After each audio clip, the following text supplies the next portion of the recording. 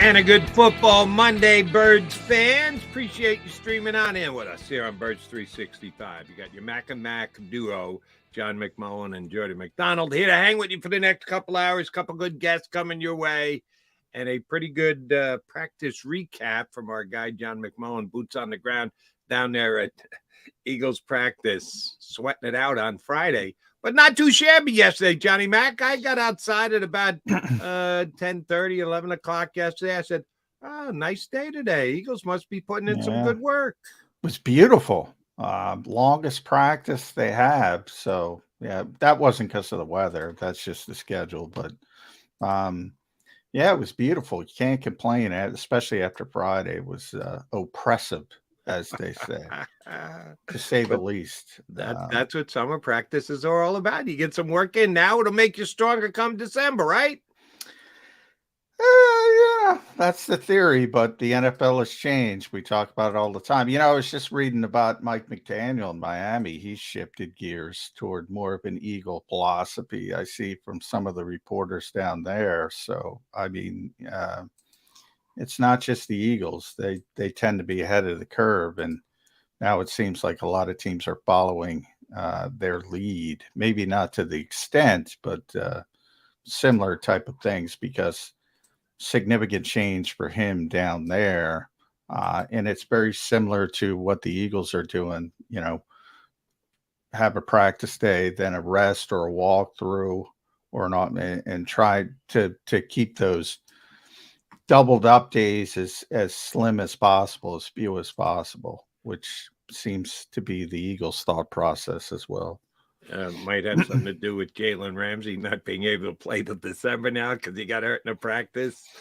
Yeah, well, that stuff, I mean, like the torn meniscus, he tore his meniscus. That kind of stuff is like, there's not much you can do about it. You know, talking to Dallas Goedert the other day, he was talking about his injury. I mean, 300-pound guy falls on your shoulder. I mean, there's not much sports science can do about that. But with the soft tissue stuff, I think Joe Burrow's the better example, because he showed up one day and then he got sore and he had the calf sleeve on because he was sore. And all of a sudden he's got a strained calf the next day. And then you start thinking, well, you know, maybe there's something to this. And they dodged a bullet that it's not more serious. But injuries, you know, torn ACLs, Achilles, meniscus, sports science not helping you with that stuff. And the one thing you know for sure, if you're sitting in an air-conditioned room, you're probably not going to get hurt. But if you're out there on the field, even a non-contact injury is a possibility. So that's why the Eagles may be a leader in the clubhouse, but it seems like all NFL teams believing that they can get ready for a season as much in the classroom as they can out there in the field. We'll see how it plays out leading into the season. All right. The 2 days of practice that you've seen since you were last year with us on Birds 365, hot as heck on Friday, nice yesterday. Give us a little recap of guys who jumped up for you and looked good, at least as per your reporting, everybody else is reporting. I'm guessing that Nick Sirianni was in a good mood after yesterday's practice, because Quez Watkins might have had as good a practice as anybody else out there. Yeah, he was good. He was, and I think, you know, part of it is like, it's one of those problems with those statistics that you'll read in certain places. I mean, day one was about red zone, and I asked Nick about that. That's, you know, it's got sort of a dual purpose in that, you know, on the first day, they don't want guys running all out 60 yards. They want closed, confined spaces. So that's why they kind of do it the way they do it. Day two is about installing a lot of the running game. So there wasn't, you didn't hear a lot of stuff about the receivers. I mean, very few targets because they weren't working on that. And Sunday was third down day, third down jamboree, as they call it. So a lot of passing. The guys got more involved. The receivers got, and they showed up more magically. But Quez had a good day. And I think, you know, nobody doubts Quez's athleticism and the fact that he can run. I think with him, it's about consistency. So, you know, can he back that up on Tuesday when they're back on the practice field? I think that's the thing you got to watch with Quez Watkins, consistency and that kind of stuff. And you know, the acclimation period ends today, so the Eagles can put on the pads tomorrow if they want to. All You know, right, let's get the first Johnny Mac prediction of the day. yeah, I assume they will. Will they? It was funny, you know, because Nick was asked about. You know, people joke that Zach Berman and I are the only ones who know the acclimation period, and Nick was asked when he could put the pads on, and even he didn't know yesterday, which I found kind of funny. But he can put them on Tuesday. I assume they will. My prediction would be that they will be on because he kept saying yesterday, you know, no matter what question he got, specifically with offensive lineman, Cam Jurgens, defensive lineman, you know, whether it's Nolan Smith or Jalen Carter, running backs, got to put the pads on, got to wait, especially with those positions. And he's right. And you know, people are going to start separating themselves when the pad comes on. That's how Reed Blankenship made this team last year. They're like, oh, Reed's here, undrafted rookie. Not then the pads come on. They're like, whoa, it's a little bit different. 5-year starter, physical. They said the same thing about Alex Singleton when he came back from the CFL. All spring, they were like, he's a really smart guy, down at the bottom of the depth chart. Then the pads came on, and it was like, whoop, shot straight up. So it does make a big difference. Does in the evaluation of the players, and some guys did kind of flash here these first couple of days. Know full well I'm doing this with tongue firmly implanted in cheek. Shame on Christian Ellis. What happened? Stopped intercepting the ball. Didn't get picks these last couple of days. He was like the number one interceptor of the Philadelphia Eagles through the early OTAs and the first day of practice. They decided to stop throwing at Christian Ellis. Johnny Mac? Well, as I said, I mean, those things are kind of the fact that he was 3 for 3, 2 OTAs, and then day one is pretty phenomenal in this era. And as I said, they didn't work a lot on the passing game, at least as a whole in the first 2 practices. It was more ramped up on day 3. And he's clearly, I mean, he's clear. And when I say clearly, I mean clearly the Eagles' best coverage linebacker. Now, you know, in one-on-ones, he kind of locked down Kenny Gainwell twice in back-to-back. It was actually 7-on-7s. And that's pretty impressive for a linebacker. I'm intrigued by him. I think, you know, he's got a chance to win the job from Nicholas Morrow, but I can't sit here and say that's a strength for the Eagles. As far as coverage goes, yeah, he's been interceptions kind of come, you know, you need a lot of things to go right. And they're not going to be consistent every single day, especially with linebackers. But to me, it's more impressive that those back-to-back Gainwell reps are more impressive than the interceptions. Sometimes the pass rush hits home and they just throw it to you. That happened to Bradbury. Mariota under fire, 3rd and 15 was the sequence. He just threw the ball right to Bradbury. Bradbury's a great corner, savvy corner, but it's one of those, you know, it was a gift for him, and that's an interception. You know, the practice on day one, a lot of people said that was also Marcus. Throwing it to Christian. A lot of people said that if you read it, threw it right to him. To me, it's more impressive when he locks down Kenny Gainwell, even though it didn't result in an interception. All right, but you got to be able to make the INT. Sometimes they throw the ball right to you and oops, specifically linebackers. Defensive backs supposed to have good hands like wide receivers. Linebackers, not so much. Even a gifted interception, you give the guy a little credit for it. And Christian Ellis is opening eyes, at least as per your writings, other people's writings yesterday. DeAndre Swift, something you and I have talked about plenty since basically they acquired DeAndre Swift. How much is DeAndre Swift going to be part of the passing game here in Philadelphia? throwing to the ball to the backside of the backfield last year was a minimal, at best, part of the Eagles' overall offense. They just didn't do it a lot, whether it was because they didn't have confidence in the guys they were potentially throwing the ball to, or it's not a strength of Jalen Hurts, the screen pass, or the check down when they get to the third or fourth. Jalen Hurts taking off, boom, he's up the field. That means he's not dumping the ball off.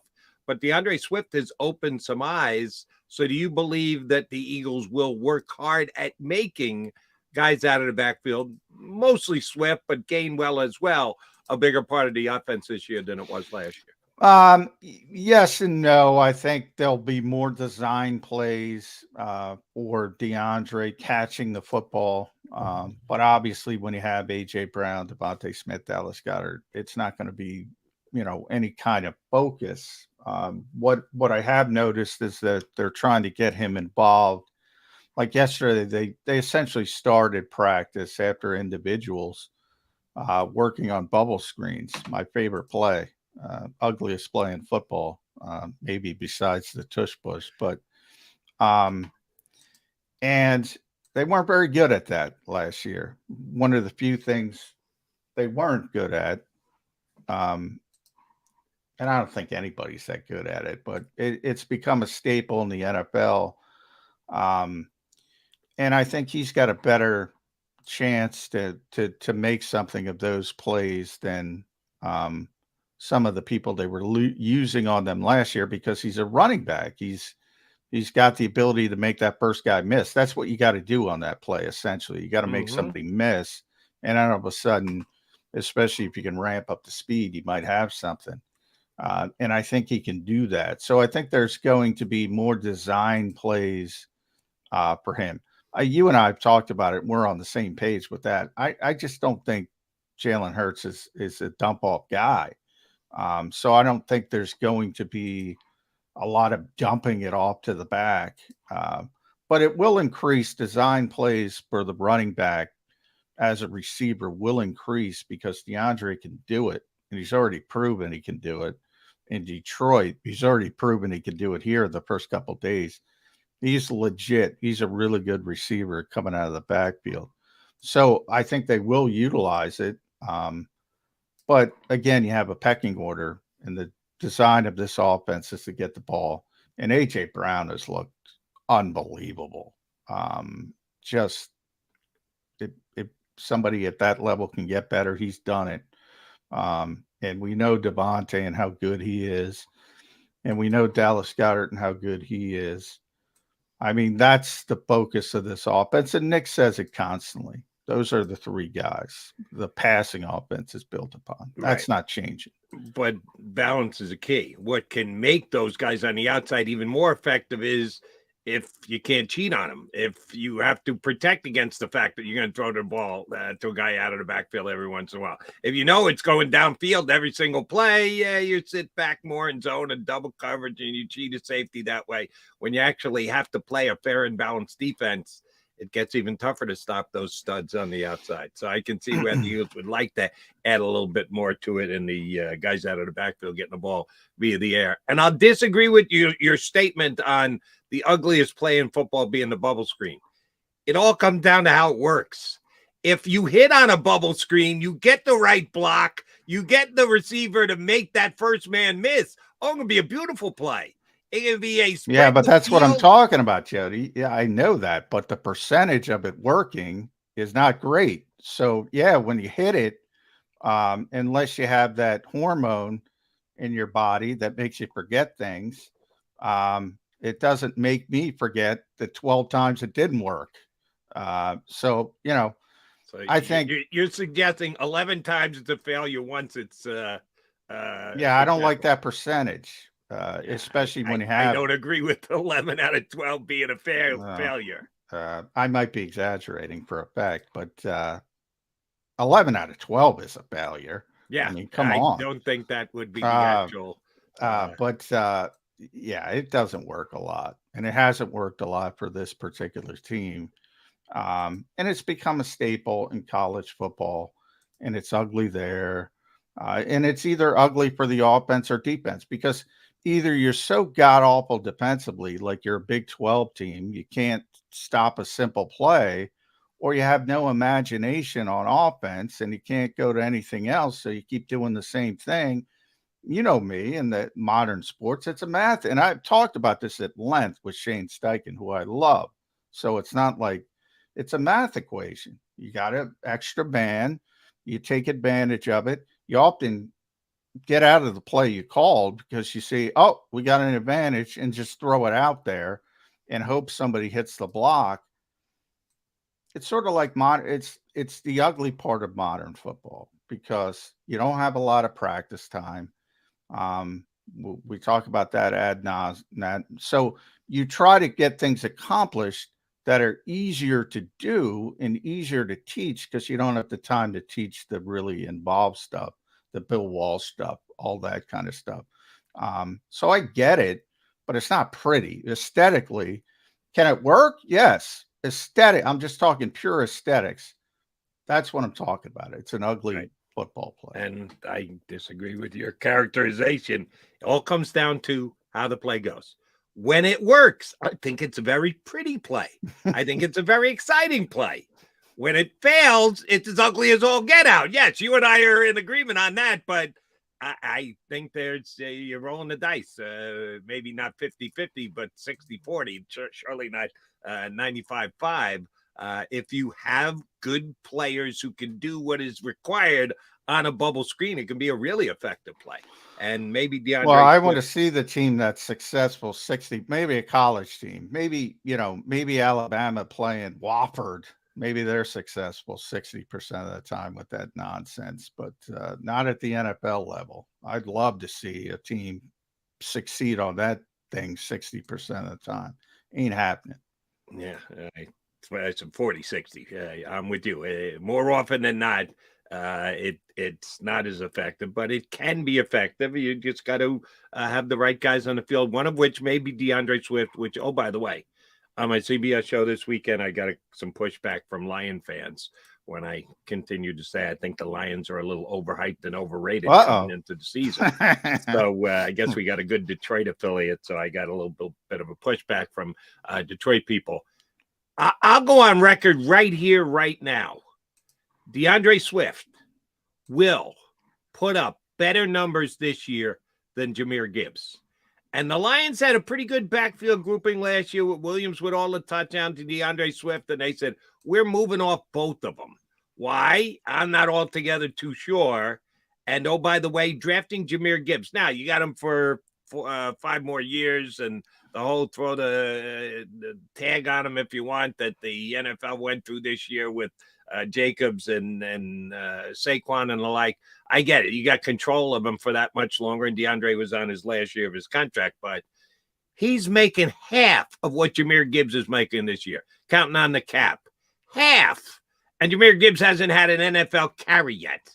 And they decided to overdraft Jahmyr Gibbs and make him one of the key elements of their team when they already had a guy who could get it done like DeAndre Swift. So Jody Mack on the record right here, right now, DeAndre Swift in Philadelphia will have a more productive year than overdrafted Jahmyr Gibbs will have in Detroit. But if you listen to Lion fans, Jahmyr Gibbs is going to be the next. Well, you got to have optimism. You got to have They definitely overdrafted him. There's no question about that.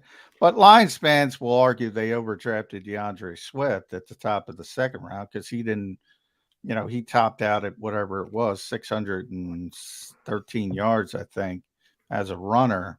They were expecting him to be a 1,300 yard guy. Now, maybe he is here because of the offensive line, but, Detroit was in the conversation for having the second. Yeah, they got a good offensive line. No excuse. Their offensive line is fine. Yeah. So, I mean, they look at him as a disappointment. Eagles fans are going to look at him as saying a new toy. He's got, and if he ever puts it together, he's got tremendous talent.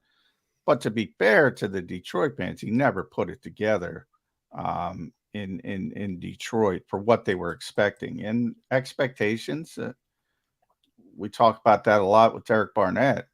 They expected more, so he's a disappointment to them. Now he comes to a new city, gets a second chance, and everybody's hyped up. And that's normal. That's usually what happens. Let me ask you a question. Like I said, second round back, not first round back, second round back. First year, 900 and change yards combined with 10 touchdowns. 10 touchdowns. You're number one for Jahmyr Gibbs. You calling that a disappointment? No, I'm not. Okay. I think fans do. I think fans. Well, I'm not. I don't give a flying fart about the Detroit fans. Apparently, they're showing they don't know football enough. I'm giving you that much credit that I'll take your word for it. 900 yards combined, passing and rushing, and 10 touchdowns. Second year, 617 on the ground, 452 in the air, over 1,000 yards and 7 more touchdowns. Oh, terribly disappointing year. What are you talking about, Detroit fans? That's perfectly fine for a second round running back who's sharing time in the backfield. And oh, by the way, he missed 3 games each of his first 2 years. And last year he missed 2 games, rushed for 500, caught for almost 400, 900 yards again, and 8 touchdowns. How the hell is that disappointing, John? How dumb can Detroit fans be to go, oh my God, DeAndre Swift, 3 years here in Detroit was so disappointing. He was a solid player, and they thought he was going to be a star player. It's the same. It happens all the time. And you mentioned second round pick. Yeah, but there's a big difference between 35 and 64. Where'd they take Jahmyr Gibbs? 12. Oh, okay. They expect a lot. All right. Like I said, let's compare Jahmyr Gibbs' rookie season to DeAndre Swift's rookie season. So if DeAndre Swift's rookie season, from where he was picked and what expectations were, Jahmyr Gibbs might run him out of town. Oh, if he doesn't perform, and I started this conversation saying he was overdrafted, no question about it. They overdrafted him because even if he is a star, they overdrafted him because they could have gotten him later in the process. So that to me is not even a question. I'm just talking about from the perspective of what Swift was sold as to that fan base. That's it. So when you have those expectations, and it happens in every NFL city, and you don't live up to them, you become a disappointment. That's just the way it works. It's often not fair. I say it all the time. It's not fair at times. He was a solid football player. They thought he was going to be better. They certainly thought he was going to be better running the football. I don't think, but you were dealing with I don't deal with the Lions fans that much. I don't think they would complain about him as a receiver, but the running aspect of it, they were expecting more. I think that's fair to say. 4.6, 4.1, 5.5 yards per carry last year. 5.5 yards. Disappointed in that?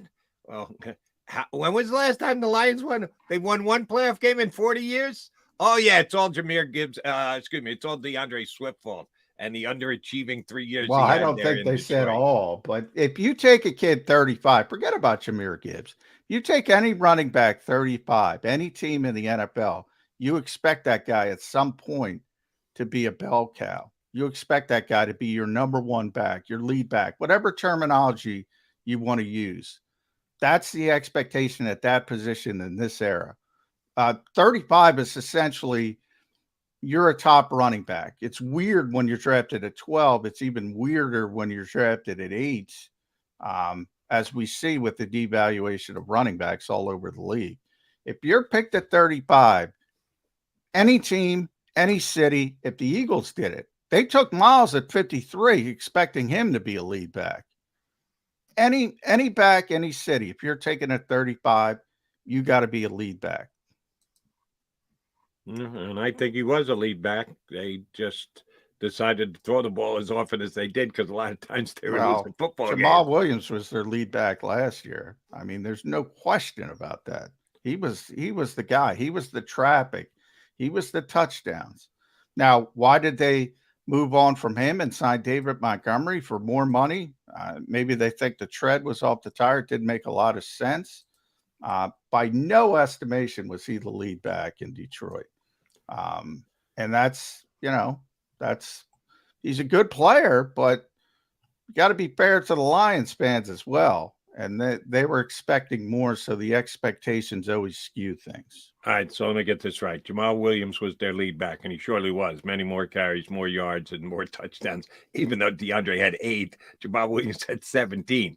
Yeah, let's move on from both of those two backs. Well, Let's let I'll Jamal be the Williams walk first out the door, and let's trade DeAndre Swift for a bag of beans and turn it over to a less talented running back from the Bears and an overdrafted running back in the first round. Oh, okay. Yeah, that's exactly how you I'll want to be take the that first. next step Now up that if you're the will Detroit agree. Lions. That will agree on. I'll be the first to criticize that plan because that makes no sense.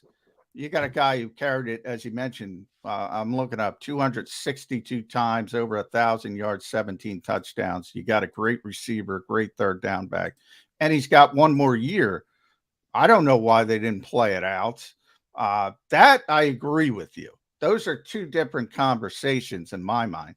I think that division is a battle of bad general managers. They all have bad plans, except maybe Green Bay, and they screwed things up with Aaron Rodgers. So even then, that is the battle of bad general managers because Ryan Poles is a disaster.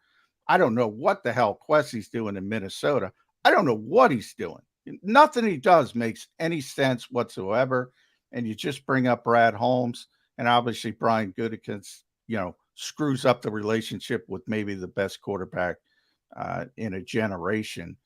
Disaster.